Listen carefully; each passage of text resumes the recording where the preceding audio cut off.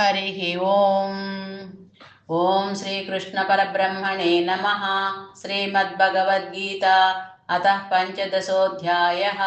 पुरुषोत्तमप्राप्तियोगः। श्रीभगवानुवाच ऊर्ध्वमूलमदः शाखम् अश्वत्थं प्राहुरव्ययं छन्दांसि यस्य पर्णानि यस्तं वेद स वेदवित् अधश्चोर्ध्वं प्रसृतास्तस्य शाखाः गुणप्रवृद्धा विषयप्रवालाः अधश्च मूलान्यनुसन्ततानि कर्मानुबन्धीनि मनुष्यलोके न रूपमस्येह ततोपलभ्यते नान्तो न चादिर्न च सम्प्रतिष्ठा अश्वत्थमेनं सुविरूढमूलम् असङ्गशस्त्रेण दृढेन चित्वा ततः पदं तत्परिमार्गितव्यं यस्मिन् गता न निवर्तन्ति भूयः तमेव चाद्यं पुरुषं प्रपद्ये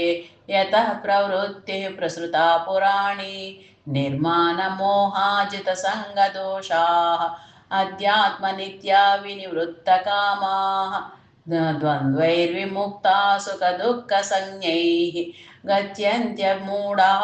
पदमव्ययं तत् न सद्भासयते सूर्यः न शशाङ्को न पावकः यद्गत्वा न निवर्तन्ते तद्धाम परमं मम ममैवांसो जीवलोके जीवभूतसनातनः मनसष्टानीन्द्रियाणि प्रकृतिस्थानि कर्षति शरीरं यदवाप्नोति यच्चाप्युत्क्रामतीश्वरः गृहीत्वैतानि संयाति वायुर्गन्धानि वासयात् श्रोत्रं चक्षुस्पर्शनं च रसनं घ्राणमेव च अधिष्ठाय मनच्छायं विषयानुपसेवते उत्क्रामन्तं स्थितं वापि भुञ्जानं वा गुणान्वितं विमूढानानुपश्यन्ति पश्यन्ति ज्ञानचक्षुषः यतन्तो योगिनश्चैनं पश्यन्त्यात्मन्यवस्थितं यतन्तोऽप्यकृतात्मानः नैनं पश्यन्त्यचेतसः यदादित्यगतं तेजः जगद्भासयतेऽखिलं यच्चन्द्रमसि यच्चाग्नौ तत्तेजो विद्धि मामकं गामाविश्वच भूतानि धारयाम्यहमोजसा पुष्णामि चौषधी सर्वाः सोमो भूत्वा रसात्मकः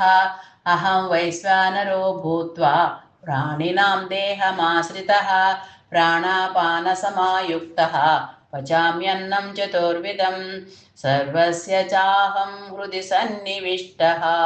मत्तस्मृतिर्ज्ञानमपोहनं च वेदैश्च सर्वैरहमेव वेद्यः वेदान्तकृद्वेदविदेव चाहं द्वाविमौ पुरुषौ लोके क्षरचाक्षर एव च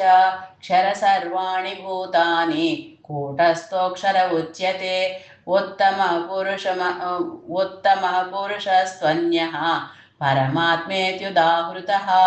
यो लोकत्रयमाविश्य बिभर्त्यव्यय ईश्वरः यस्माक्षरमतीतोऽहम् अक्षरादपि चोत्तमः अतोऽस्मि लोके वेदे च